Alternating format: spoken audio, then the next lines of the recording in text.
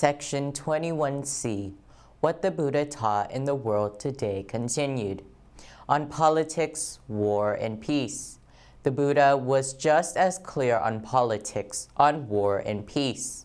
It is too well known to be repeated here that Buddhism advocates and preaches nonviolence and peace as its universal message, and does not approve of any kind of violence or destruction of life.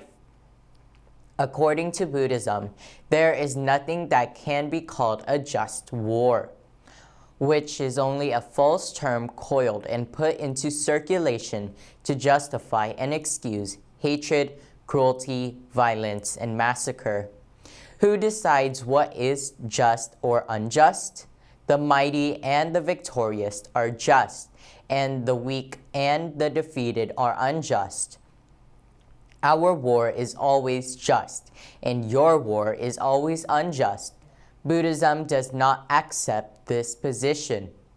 The Buddha not only taught nonviolence and peace, but he even went to the field of battle itself and intervened personally and prevented war, as in the case of the dispute between the Sakyas and the Goliyas, who were prepared to fight over the question of the waters of the Rohini. And his words once prevented King Ajatasattu from attacking the kingdom of the Vajis. In the days of the Buddha as today, there were rulers who governed their countries unjustly. People were opposed and exploited, tortured and persecuted. Excessive taxes were imposed and cruel punishments were inflicted. The Buddha was deeply moved by these inhumanities.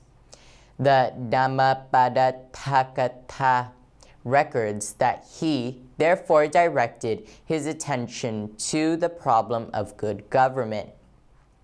His views should be appreciated against the social, economic, and political background of his time. He had shown how a whole country could become corrupt, degenerate, and unhappy when the heads of its government, that is, the king, the ministers, and administrative officers, become corrupt and unjust. For a country to be happy, it must have a just government. How this form of just government could be realized is explained by the Buddha in his teaching of the 10 duties of the king, as given in the Jataka text. Of course, the term king of old should be replaced today by the term government. The 10 duties of the king therefore apply today to all those who constitute the government, such as the head of the state, ministers, political leaders, legislative and administrative officers, etc. The first of the 10 duties of the king is liberality, generosity, and charity. The ruler should not have craving and attachment to wealth and property, but should give it away for the welfare of the people. Second, a high moral character.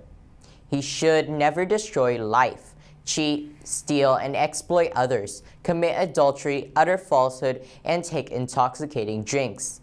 That is, he must at least observe the 5 precepts of the layman. Third, sacrificing everything for the good of the people. He must be prepared to give up all personal comfort, name, and fame, and even his life in the interest of the people. Fourth, honesty and integrity. He must be free from fear or favor in the discharge of his duties, must be sincere in his intentions, and must not deceive the public. Fifth, kindness and gentleness. He must possess a genial temperament. Sixth, austerity in habits. He must lead a simple life and should not indulge in a life of luxury. He must have self-control. Seventh, freedom from hatred, ill will, and enmity. He should bear no grudge against anybody. 8. Non-violence, which means not only that he should harm nobody, but also that he should try to promote peace by avoiding and preventing war, and everything which involves violence and destruction of life. Ninth, patience, forbearance, tolerance, understanding. He must be able to bear hardships, difficulties, and insults without losing his temper.